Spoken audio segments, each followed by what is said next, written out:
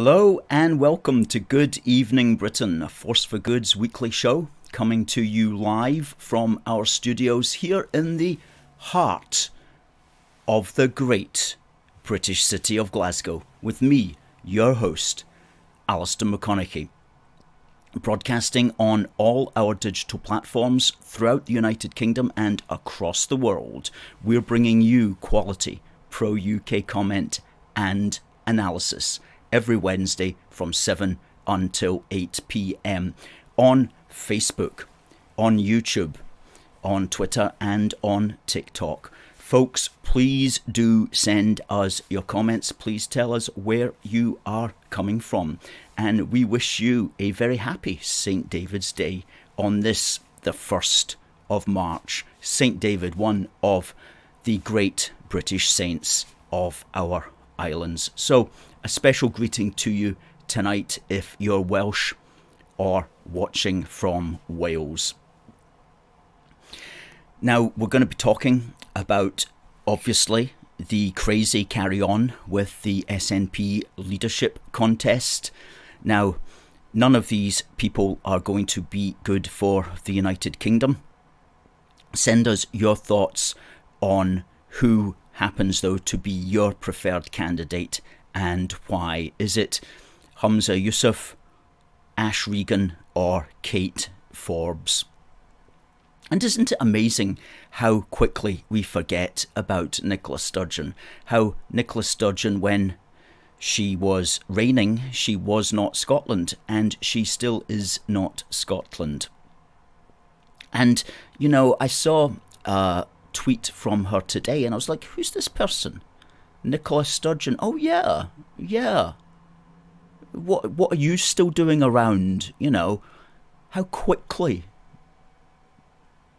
politics changes, how quickly politicians fall out of fashion, how quickly we forget about them. So if you've forgotten about Nicola Sturgeon, good for you, because we're almost there. Now, good evening to who was first in tonight. It was TC, wasn't it? Good for TC. And also there was Derek Hart. Good evening, Alistair, and to everyone who's watching tonight. It's time to put the great back into Great Britain once again. Neil on TikTok says he doesn't want any of them.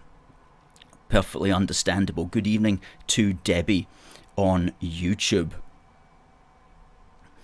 And to AR Entertainment. Hello, everyone. And to everyone watching from Wales, he gives a Welsh greeting. What does that Welsh greeting mean, sir? Adam says, hello from Leicestershire. If there's anyone watching from Wales, happy St. David's Day. That's what that means. I'm not going to try to pronounce it. Slim says, good evening. Big crowd in tonight.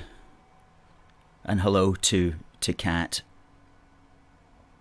Good stuff. Paul says good evening from the Garden of England. And Paul made a good point to us this week about the census that was taken in England and Wales and the extent to which those who identified as British only shot up from something like 19% to something like almost 39% or more. Don't have the figures directly on me. Paul can correct me, no doubt. And essentially, this was simply because of the way that the question had been worded this time around in the census. As for the Scottish census, who knows whatever happened to that? The SNP tried in its normal way of trying to do something and failing entirely. And as far as we know, the Scottish census, because so few people actually responded to it, it became almost unworkable and became such that there was really no point to it because enough people had not actually responded to it. Another typical SNP fail. And shame on the British government for devolving that essential power to the band of numpties at Holyrood. What a pity that they did that, because it means that our statistics in Scotland are simply not up to scratch. But that's what happens when you do that. Now, Good evening to Alan. And Slim says Kate Forbes would be Slim's choice. And we were thinking about that as well. And let me just talk about that. Very interesting article, several articles actually in the Sunday National, interesting from a Unionist perspective. And they interviewed Humza Yousaf. And he, in this article here, it says, one SNP source claimed that the Greens would immediately quit the coalition if Kate Forbes won the election. And they asked Yousaf for his opinion on this, and he said, a minority government would be disastrous. I've been part of a minority government before. You have to battle day by day to get your policy and legislation through the Scottish Parliament. He painted a picture of a new SNP leader casting their Scottish Green colleagues aside before trying to get MSPs to vote for them to become First Minister. Now, if we become ungovernable, Yousaf said, we become unelectable. There's no way that's going to help us grow the independence movement by any stretch of the imagination. I'm unapologetic and I'm unashamedly supportive of the deal we have with the Greens. So basically, Humza Yousaf is saying that if Kate Forbes was elected, it's almost certain that the Greens would split from the coalition, and in fact, the Scottish administration under the SNP would become, as to use his phrase, ungovernable and unelectable. And so that says to me that as Unionists, we would want Kate Forbes to be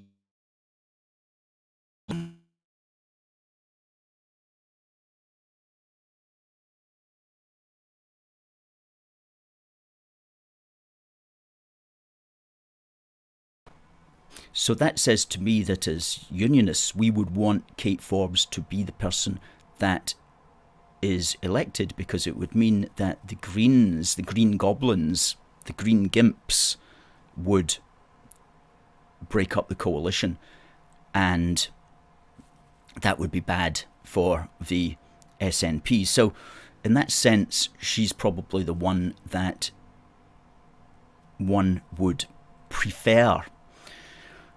I think if Yousaf were to be elected, it would just be the same old SNP that would just continue on.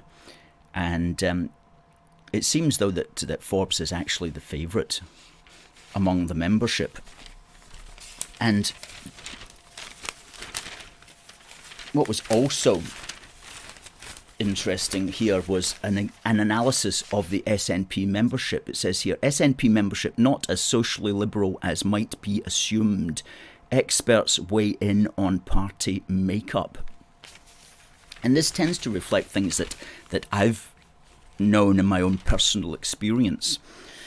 And it says here, according to research, most members of the SNP are in the 50 to 64-year-old category. That's 40% of them, while 31% are over 65. So in other words, that's 71% of the SNP membership are over 50.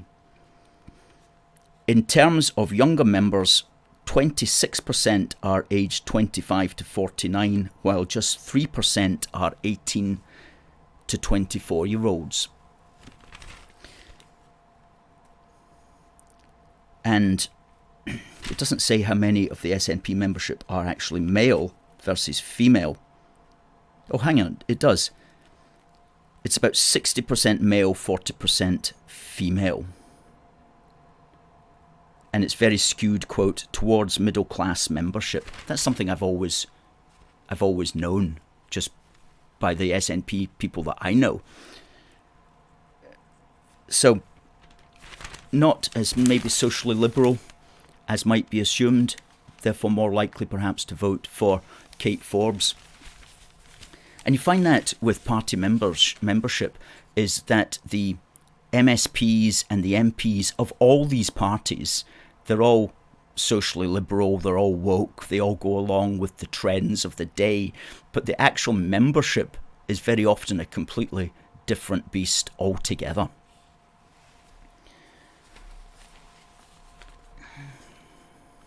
Alan says they're refusing to release updated membership figures. That's interesting.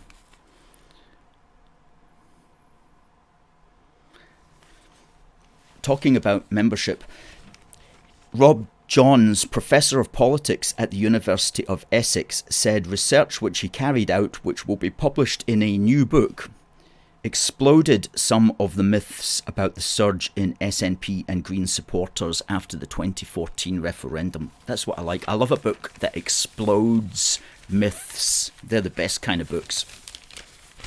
He says, quote, "A lot of people suggested the sudden influx of members post-2014 was people who had been massively activist during the independence campaign and were really going to transform the party. Whereas what we found is that actually there were just lots of people who were for independence who were frustrated and thought, this is something I can do, but didn't have much ambition to be active in the parties. And this is relevant to the leadership election, as sometimes people overstate the activist and impatient nature of the SNP membership and even their political interest. There are even people who joined the party twice as they had forgotten they had joined it."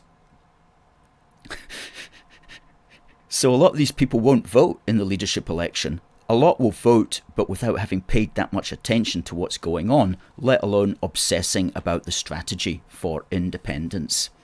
And in that sense, there are more swing voters than we might expect, as members are not all as politically obsessive as we sometimes think. That's absolutely so. That's absolutely so. We shouldn't imagine everybody who's a member of the SNP or indeed any political party is really that much, is really heavily engaged in politics. Sometimes it's just a gesture that they make because, as he says here, it's something they can do. Hey Emma, hope things are well with you. Becky thinks probably correctly that membership figures will have dropped massively. Oh, undoubtedly. The high watermark, Becky, was immediately after the 2014 referendum when they got a big influx of these people there that I've been talking about. But such people have just dropped away, and they'll be dropping away further.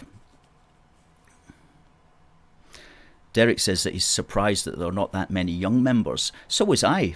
As I say, 3% of members of the SNP are just aged 18 to 24. 3%. I mean, that's hardly any. That will be the same as probably the other political parties. In fact, I would imagine from what I've seen that the Scottish Conservatives have actually got more younger people than that in their ranks.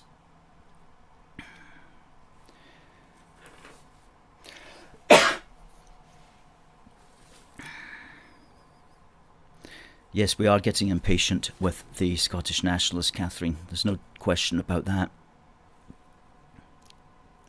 Rob says he's surprised to see that SNP membership is generally socially conservative. Well, certainly I knew SNP members who were SNP members because they thought that if Scotland got independence, they'd be able to keep the immigrants out. And there's still a level of SNP membership who believe that. They don't seem to realise that's the last thing the SNP would do. If they got their way, it would be like open borders, you know. So there's a lot of naivety as well among the membership, and a lot of kind of airy-fairy notions. A lot of airy-fairy notions, and that's actually a good point to bring in this next point. In the same newspaper as well. It's the only newspaper I read these days. Isn't that absurd? The Sunday National and the National is the only newspaper I read, because at least I know that I'm disagreeing with it. At least I know it's not trying to get something over on me. All the other newspapers are trying to promote lies, basically. But at least I know what I've got when I'm reading the National. I know I don't agree with it. So, yes, this is actually a good time for a busting Indy myth, part 23. Busting Indy Myths, part 23. And we are busting Indy Myths on the daily, weekly, monthly and yearly until the Scot Nats see clearly that we're down with the capital A to the double F G. And in this busting Indy Myth, I'm going to address the idea that a separated Scotland would somehow offer more democratic opportunity to us in order to shape our country and transform our future. Well, how so? Okay, the fact is we'll have less democratic opportunity. Let me explain. And this thought was kick-started by this woman's comment here. Let's think about the kind of leader that this party needs. And it's written by a woman called Julie Hepburn. And I googled her, and all I could find out about her was that she's married to Mr. Hepburn, who is an MSP for the Scottish National Party. Anyway, she has written here that, quote, "At the heart of the independence movement is a desire for change, to give the people of Scotland the opportunity to shape our future and transform our country for the better." Well, do you know what? I'm down with that. I'm down with shaping our future and transforming our country. What an exciting thought. That's fantastic. Count me in. Count me in for shaping our future and transforming our country. But what I would ask is this. What is it that we'll actually be doing to shape our future and transform our country when you, Mrs. Hepburn, and your crazy friends get their way and divide us against the rest of the British people? Okay? How will we be actually shaping our country and transforming our future? Well, I'll tell you what exactly it would mean in practice. It would mean that, get this, right? Once every 5 years, you and I will have the opportunity to walk round the corner to the polling station and vote at a Holyrood election. That is how, in practice, I will be shaping my future and transforming our country, or shaping our country and transforming our future, no matter how you want to describe it. In other words, we'll be doing exactly what we do just now. We'll be doing no more than what we do just now. We'll be voting once every 5 years at a Holyrood election. We'll be doing no more than what we do at present. But here's the thing. We'll be doing much less also. Because guess what? In your new transformative country, you and I are not going to have a chance anymore to vote to shape the rest of the British Isles and to transform the rest of the British Isles. We're not going to have a say in shaping the rest of the landmass that we live on. We're not going to have a say in transforming the rest of the landmass that we live on. So in other words, we will be able to do what we're doing at the moment, which is voting at Holyrood, but we're not going to be able anymore to vote at the British level. So in fact, we will not have more democratic opportunity in a separated Scotland. We will have exactly less democratic opportunity. We will have one parliament taken away from us. We will have one area of our country that we can no longer vote for, and we can no longer attempt to change or transform or to shape. So don't tell me that your separated Scotland is going to give me all these new democratic opportunities. It won't be any more than what we've got at present, and it will be much less than what we've got at present. So here endeth Busting Indy Myths, part 23. Had to get that off my chest. Seriously, because I'm fed up with all that airy-fairy, it's all going to be wonderful. Well, okay, what does it mean in practice? Tell me what it means in practice. Well, all that as well. All of that. And all it was basically is hums as the man that's going to bring us all together. And he's going to transform our future. Aye, right. I'm sure he will not.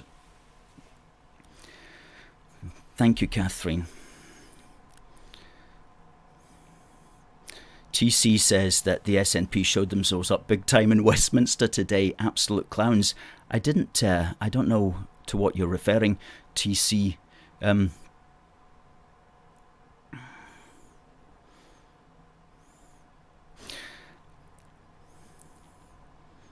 Busting Indy Myths should be renamed Alistair Rants On. That's an idea.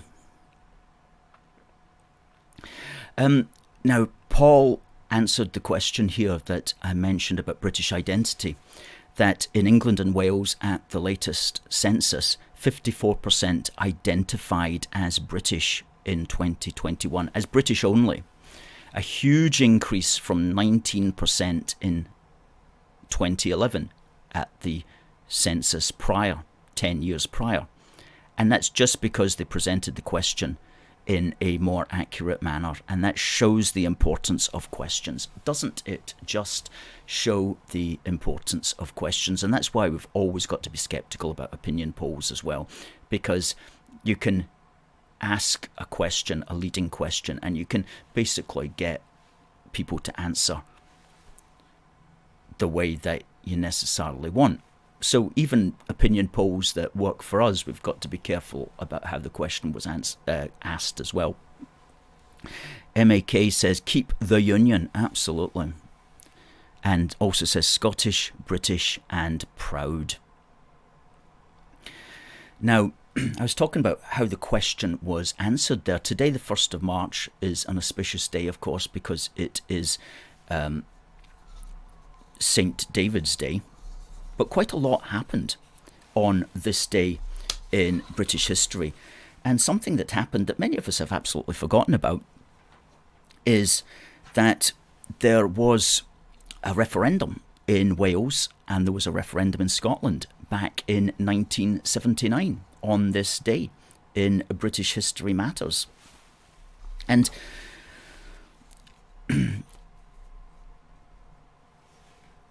isn't that interesting? Okay, it was the Callaghan government, and they were pushing devolution for reasons best known to themselves, and they chose to do the referendum on the 1st of March, okay, in Wales. So don't tell me that they didn't figure out, oh, let's do it on St. David's Day.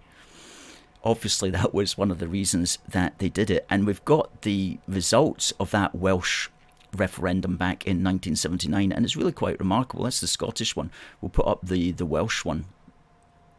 We'll talk about the Scottish one in a minute. But there you go.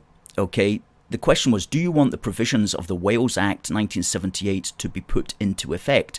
Now, 20% said yes on a 59% turnout. Okay, so that 20% who said they wanted a Welsh Assembly, essentially, works out at 12% of the entire Welsh electorate. 12% of the entire Welsh electorate. Okay, so, in other words, 88% of the Welsh electorate in 1979 did not want a Welsh Assembly or couldn't be motivated to get out of bed to vote for it. So that's actually very interesting. Okay, now, that would also be due to the fact that the Labour government at the time was also split on that, and a lot of the Labour MPs did not want a Welsh Assembly, including, interestingly enough, Neil Kinnock. And I was researching this today, and I'm just going to say this because it's a bit politically incorrect, but Kinnock says his view was that, quote, between the mid-16th century, so that's like the 1500s, and the mid-18th century, which is to say the 1700s, this is Kinnock, right? Wales had practically no history at all, and even before that, it was the history of rural brigands who have been ennobled by being called princes. That wouldn't go down very well today, but that's quite funny that he said that. the history of rural brigands who have been ennobled by being called princes. He was one of 6 South Wales Labour MPs who opposed their own government's plans, along with Leo Abs, I remember him, Donald Anderson, Ian Evans, Fred Evans, and Ivor Davis. And then, of course, when they had another referendum back in 1999, they just the yes side barely got enough. It was just a few thousand votes that they got over the no side, and of course Blair just railroaded the thing in anyway. And on the same day today, 1st of May 1979, was the Scottish referendum for devolution. Let's look at the figures for that. And that was slightly different. The yes to having a Scottish Assembly was 51.6, and the no's were at 48.4. And so a small number there wanted it. But that did not go into effect because a threshold had been set. Okay. Now, I'm all for thresholds at these kind of referendums, and the threshold at both the Welsh and the Scottish referendum in 1979 was that 40% of the entire electorate had to vote for the proposition. And it was felt that, and 40% is very modest, it should really be 50% plus one of the entire electorate. But they set it at 40%, good thinking, 40% of the entire electorate had to vote for the proposition before it would be carried forward. That's called a threshold. And even though the yes side marginally won in Scotland, that still only worked out at 33%, 1/3 of the entire Scottish electorate. So it fell short of the 40% threshold which was required. And so I'm very glad about those thresholds, and we've talked about thresholds as well and the importance of them in our magazine Do More Together, where we say ensure breaking up is hard to do. Breaking up is hard to do. And you have to set a threshold in order to ensure that there are sufficient number of people who are sufficiently motivated, and that there's essentially a majority of people who want the actual thing. Not just a majority of those who vote on the day, but an actual majority of the entire people, as measured by the entire electorate. And we had one man to thank for that 40% rule, and that was George Cunningham. And we have a picture of George here, who was a Labour MP. And he was a Scotsman. He was born in Dunfermline, but he was a Labour MP for a London constituency. That's him there, good old George Cunningham. The nation owes him a debt, quite frankly, for he did not believe that there were sufficient people in Scotland, and certainly not in Wales, who wanted what was being proposed. And so it was he who brought in and argued passionately for the threshold. And he was backed up in that aim by Neil Kinnock also. Okay, so that's a fascinating thing as far as referendums in the British Isles is concerned that happened on this day back in 1979, St. David's Day as well. And we can learn from that, and goodness me, God forbid if there were to be another referendum, and things like thresholds really do need to be considered, because we've got people like Ash Regan, who is not going to win the SNP leadership contest, but she's saying silly things like all you need is 50% of the people who vote on the day plus one. What could this be? These are, I mean, especially a Scottish election where virtually nobody votes anyway, then you'd end up with a very small number of people supporting the idea of destroying the United Kingdom. And that Preston journalist calls her lazy Lorna. I say where almost nobody votes. The average of a Holyrood election the average of the last 5 Holyrood elections there, the average turnout is 54%, just a little over. So you've got Ash Regan saying that at a Holyrood election, you need 50% of the people who vote on the day plus one. Well, when you've only got a turnout of just a little over half, you'd be looking at something like 25% plus one of the entire electorate voting. And that's enough to destroy the United Kingdom? No, ma'am. No, ma'am. Absolutely not. So, that's also was on this day. What else happened on this day in British history? And by the way, I'll ask you a question about this. And the winner will get a free Union Jack patch, which would look quite nice there, above my Johnny Cash tour jacket from 1986. I'm not going to put it there though. And we'll also send you a free copy of Busting Indy Myths, issue 7, worth £3.50.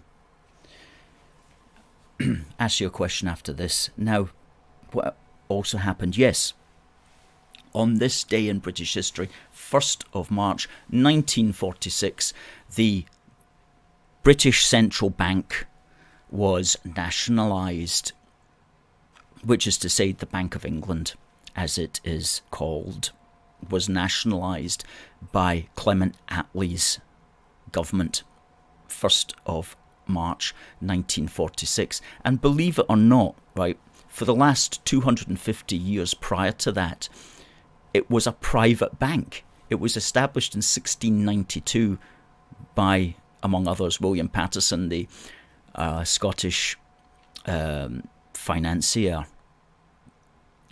He and his mates set it up, and it remained a private bank from 1692 until 1946. Incredible. All these years, a private bank was the actual national central bank for the United Kingdom. That's mad. That's mad. Anyway, eventually, Clement Attlee nationalised it. But what he didn't do, and what he missed the opportunity to do because of the absolute lack of imagination that plagues the Westminster political class, is he did not properly change the name. And it should have, of course, been changed to something like the Bank of Britain or the United Kingdom Central Bank, or what we prefer to call it, which is the BCB, the British Central Bank, because that is entirely, exactly, particularly and specifically what it is. Okay? And people say, well, why does that matter? Why does that matter? Well, I'll tell you why it matters. It matters for lots of reasons. One, it matters because it is the fact of the matter. It is the British Central Bank. Okay, it's the British Central Bank, so it should have a proper name. Secondly, it misleads a lot of Scottish nationalists, okay, who imagine that the Bank of Scotland is somehow equivalent to the Bank of England. A perfectly natural error. But the Bank of Scotland is not, of course. The Bank of Scotland is a private bank, and its name derives from that period of time, hundreds of years ago, when you could name a private corporation after the name of the country. And it's a historical hangover, but it remains a private bank. It's not a national Scottish bank. Nor, for that matter, is the Royal Bank of Scotland, or indeed any other bank other than the Bank of England. All the banks are private banks, apart from the Bank of England, which is the National British Bank, misnamed. And so people then think, and Scottish nationalists then think, well, if we've got a Bank of Scotland note, why can't we just continue to have these after separation? Without realising that no, because these are privately issued banknotes. Because what happens is if the Bank of Scotland wants to print off, let's say, 1,000 fivers, what it does is it gives £5,000 of its own money to the British Central Bank, and the British Central Bank writes a wee notice that says you are allowed to print off £1,005 notes now. We explain it all here in it's the British Central Bank, which is one of our policies in our 40-page magazine, Do More Together. And God forbid, if there were to be a second referendum, the role of the Scottish currency and the role of the Bank of England will be central to that debate. And think about how that will sound, okay? Speaking about the importance of the Bank of England to Scotland's future is going to seem belittling to many Scottish people. And claiming that Scotland has to rely on the Bank of England is quite a different political message, and is heard in quite a different way than pointing out the positive strength of the combined British Central Bank. Okay? Saying that Scotland must rely upon the British Central Bank sounds much preferable and is a much more powerful political message than the idea that Scotland's got to rely on the Bank of England, which to many people is just going to produce quite naturally a knee-jerk anti-English response. So these names and words matter, and we've promoted this idea of changing the name of the British Central Bank for years and years now, since even before we were established in 2012, we've been pushing that and sending letters and articles to the people in charge. And it hasn't got us very far, but at least we're making an effort, you know what I mean? So that's the point that I wanted to make. So it was Clement Attlee's government that at least nationalised the bank, but forgot to change the silly name. Derek Hart says, should be Bank of Britain. That's a good one, Bank of Britain. That sounds powerful.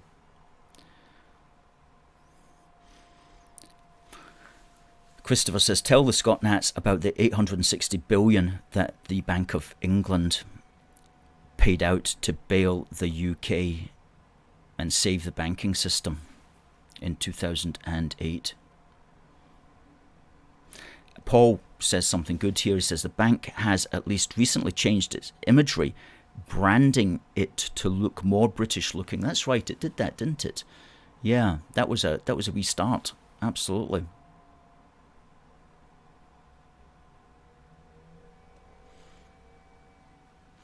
Alan says there's a good show out there about the inside the Bank of England, possibly on iPlayer.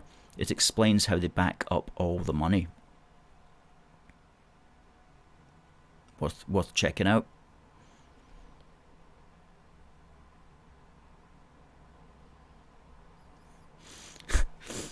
Wonder what Ash's currency will be. Tomatoes. Yeah.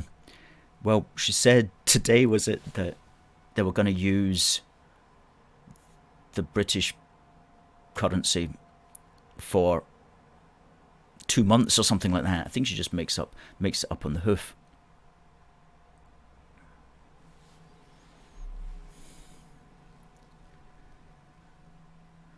Yeah. So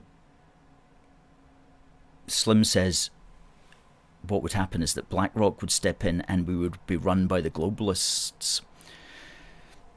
Run by the globalists even more than we are at present, I think, Slim, the way things are going.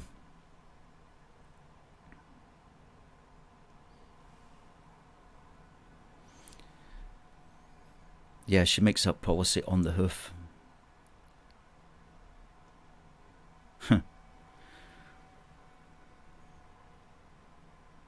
Without the central bank, Scotland would be truly sunk with no lender of last resort.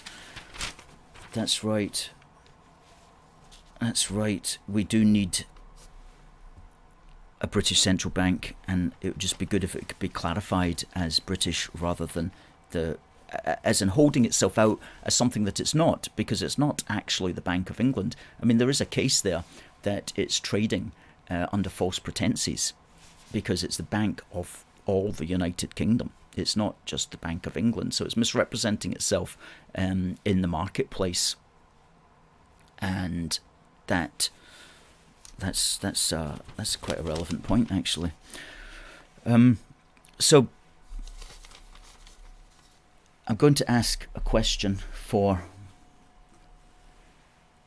this, and we'll also throw in a keyring, and we'll also throw in a busting Indy Myths. And the question is that on this day, the Bank of England was nationalised in 1946, and under whose government was it? Who was the Prime Minister that nationalised the British Central Bank in 1946? Who was the Prime Minister who did that? Send your answers, folks, to contact@aforceforgood.uk, and we will announce the winner at the top of the hour.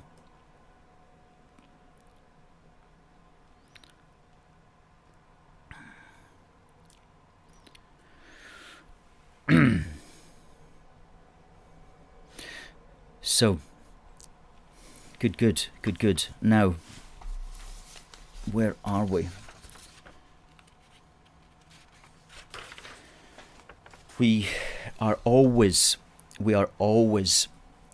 trying to educate on this programme, and in this, the 420th year of the Union of the Crowns, we've been putting out articles, and we're aiming to do a Union Heart dedicated to the 420th anniversary of the Union of the Crowns, when the King James VI of Scots became also the King of England and unified the crown in his person. And during that time, a lot of material was written encouraging James VI to go further and to aim for full political union. And one of the documents written was called The British Union, and it was by a chap called David Hume. Now, this David Hume is to be distinguished from a different David Hume. The one that most of us have heard of is the Scottish Enlightenment philosopher during the 1700s. This particular David Hume is published this book in 1605. He published it in Latin, and it was translated here by these authors. And this book is not cheap. We got this several years ago, and I was looking for it today on Amazon, and it's selling at about 120 quid. So we got this in the office about 7 years ago for less than that, but it was still a hefty price that we paid. But I was reading it again this week, and some amazing stuff in it, which I'm gonna read out. But before I do that, I just want to read here about it. Routledge.com talks about it and says that De Union Insulae Britannicae is a unique tract that urged the fusion of the Scottish and English kingdoms into a new British Commonwealth with a radically new British identity. Its Scottish author, David Hume of Godscroft, was a major intellectual figure in Jacobean Scotland. Published in London in 1605, its publication was suppressed, and it existed only in manuscript. This is the first translation and is breathtakingly contemporary in some of the proposals that it makes. So our job is to bring out this stuff that nobody else is going to see or hear or read, and to bring out the wisdom in it for the benefit of others. And we published an article on it yesterday, in fact, and you'll find the link to that, advocating the British Union in 1605. You'll find the link to that in the threads. But what I wanted to read was this bit, which is really quite poetic. And he's talking about the central argument, the bonds of union. And this is the Latin, and this is the English. There is one bond and one only. The one principle to which you will rightly entrust the union is love. That's the beginning and the end and the touchstone of union. As Scaliger defines it, love is the feeling of which union is the name. We're going to use that. Love is the feeling of which union is the name. Surely love is our main road leading to the union, and what's more, the surest way of preserving the union. Love being constant, the union stands firm. When love is removed, the union falls apart. That's the way it is wherever we look, even in marriage, which is the most perfect kind of union. When love is present, it lasts. Without love, it slips away. This is something we see every day. No laws, if there is no love present, can keep it from suffering harm. It is equally true that union is the road to love. This is clear from our associations with other people in everyday life, an informal sort of union, if you will, and yet it acquires significance by its influence on our affection for them. Similarly, justice is also the bond of love, equality the principle that gives life to justice, and sincerity or candour the link that holds everything together, without which there is neither love nor justice nor equality. These are the things which people want, what they are attracted by, which their loyalty is secured by for whatever needs doing. It's all like that. It's all like this. It's the most incredible document. So we're going to be bringing out a lot of this as well. And he was overly Scottish as well, because what he wanted to do was he wanted the British flag simply to be the lion rampant, which is also interesting because that fits into another element which has been heavily suppressed during this time as well, which is that a lot of religious people at the time saw it as a prophetic union, a coming together, almost biblical in a way, and of course the lion rampant being the Lion of Judah. But that's a whole other area which we're going to develop in the coming months and years to come as well, and to bring out all of that stuff, because it's a fascinating area which, as the Routledge tract there says, has been largely suppressed. But I wanted just to read that out and put that down on record. Great little piece of work. But, and this is what we're up against, isn't it, Becky? Hate. They're bringing in lots of hate. We're bringing in the love. Okay, they're bringing in the hate and the division. And that's so sad.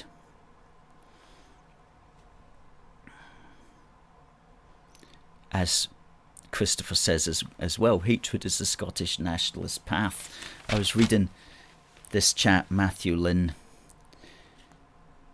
He was, what is he saying here?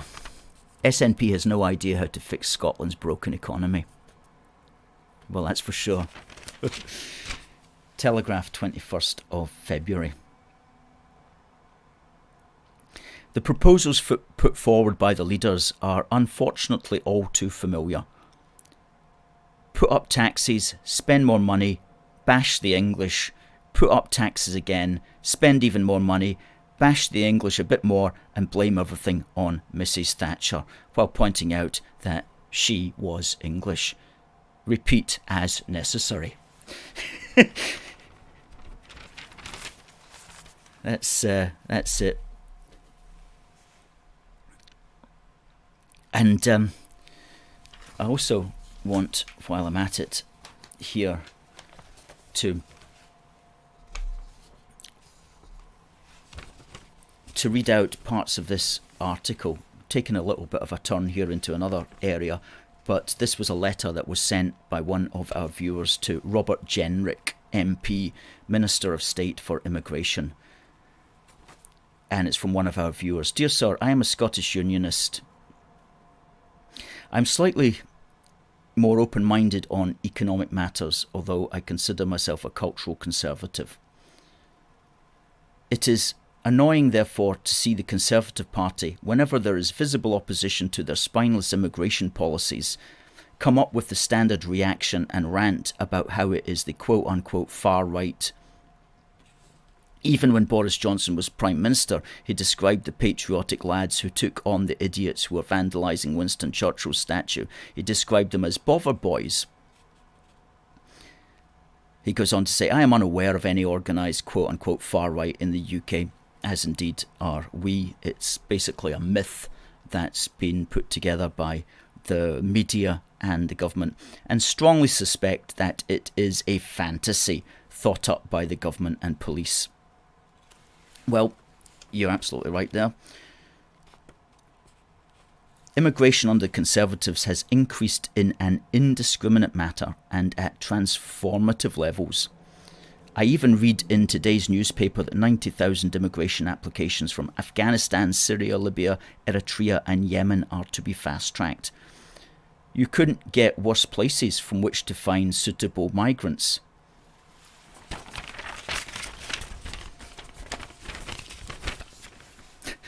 A massive influx of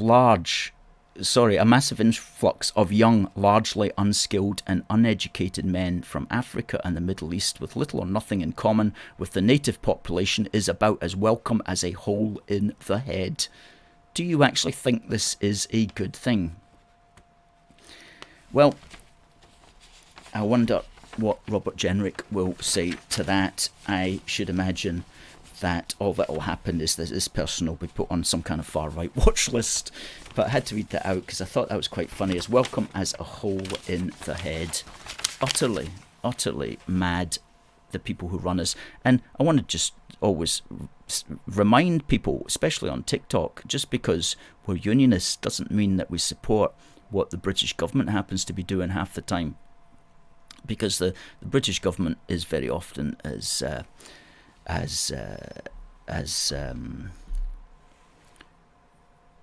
amateurish as the Scottish National Party as well.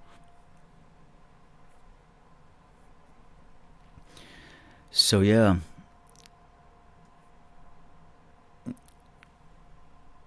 what's Graham saying? In the Republic of Ireland era, the two largest parties worked together to keep Sinn Féin out. Could the two major parties in Britain not come together just for one election, maybe as the UK party, and get the SNP out and make Scotland united again? Well, that's an interesting point of view, and it's kind of idealistic way of looking at things. In reality, the two major parties, which is to say Tory and Labour, are not going ever to come together on those sorts of things because they're just looking out from their point of view for themselves. But it would certainly be a way, in maybe some areas, maybe in some constituencies it might be possible, but it's always discussed, but it never happens. So it's, in other words, it's not something that one can put any sort of faith in ever happening. But it makes sense at a certain level, doesn't it?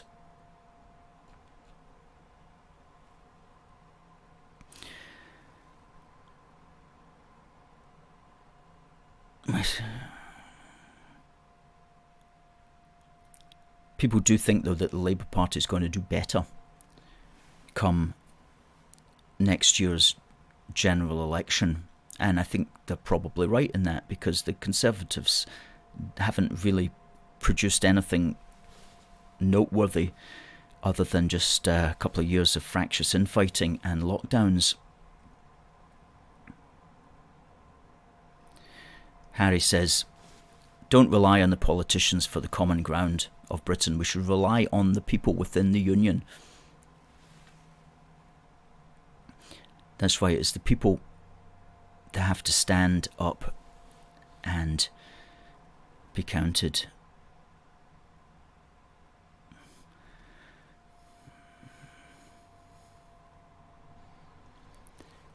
Becky says Mrs. Thatcher would have chewed the SNP up and spat them out in bubbles. When she was around, the SNP were not as big as they were. As they became, it was devolution that really propelled the SNP into a major political force Prior to that, it was fairly fringe in the sense of not really getting people elected, only having handfuls of people elected to Westminster. But it was devolution that changed the power of the SNP entirely.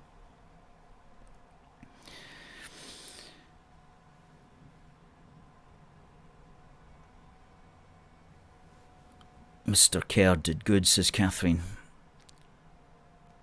Who is that?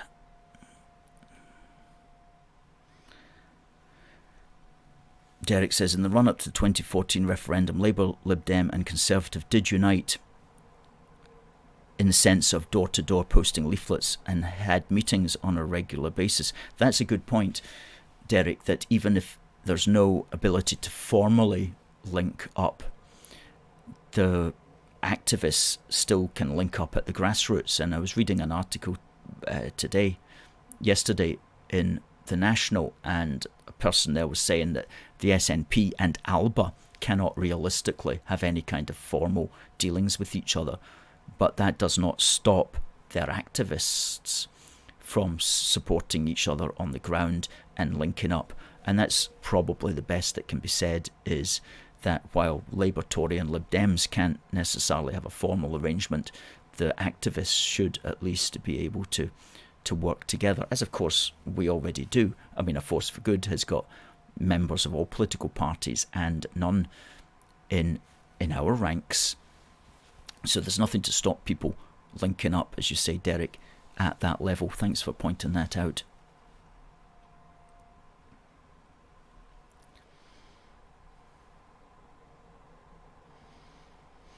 Stephen Kerr, yeah, Stephen Kerr, that's who we were talking about, Scottish Conservative MSP for Falkirk. Christopher says, devolution gave the SNP the chance to grandstand and campaign, a truly foolish Labour idea that should never have seen the light of day. Julia Ann says, can you give me any positives for staying in this union? Yes, we do. We have an article that's 57 positive reasons to stay in the union. And what we'll do, Julianne, is we'll put that up in our thread, which you'll find on our Facebook and Twitter threads. Good. Now we're almost at the top of the hour.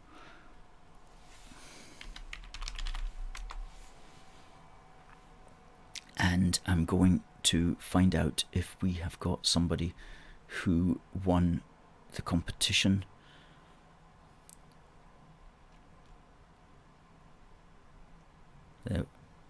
There we go. 57 reasons to support the UK. So fill your boots with that, Julie. And we have a winner. Now, I asked the question on this day, 1st of March in 1946, which British Prime Minister nationalised the Bank of England? And the answer was Clement Attlee, who nationalised this and lots of other things. And the winner is Paul Hadlow. Good stuff, Paul.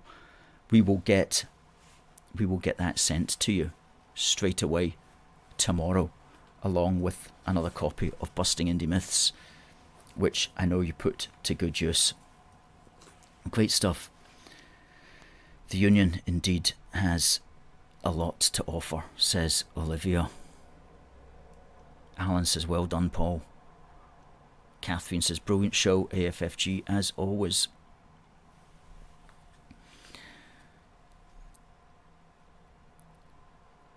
Christopher says, well done, Paul. As does Stuart. As does Debbie. As does Derek. Good stuff.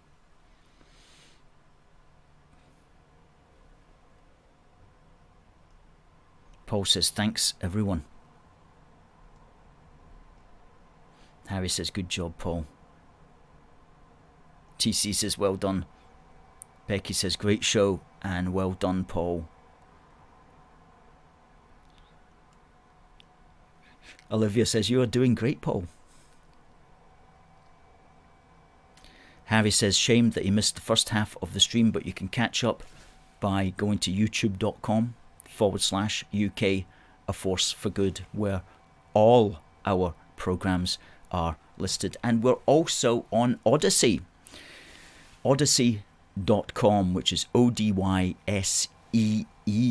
So we're on Odyssey, and all our material on YouTube also gets put onto Odyssey.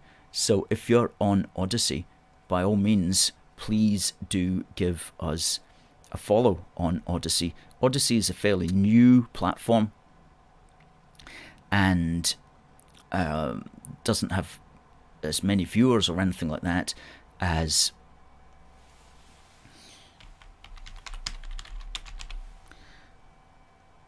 YouTube, but there we go, odyssey.com, ODYSEE.com. We're also on odyssey.com, so check that out.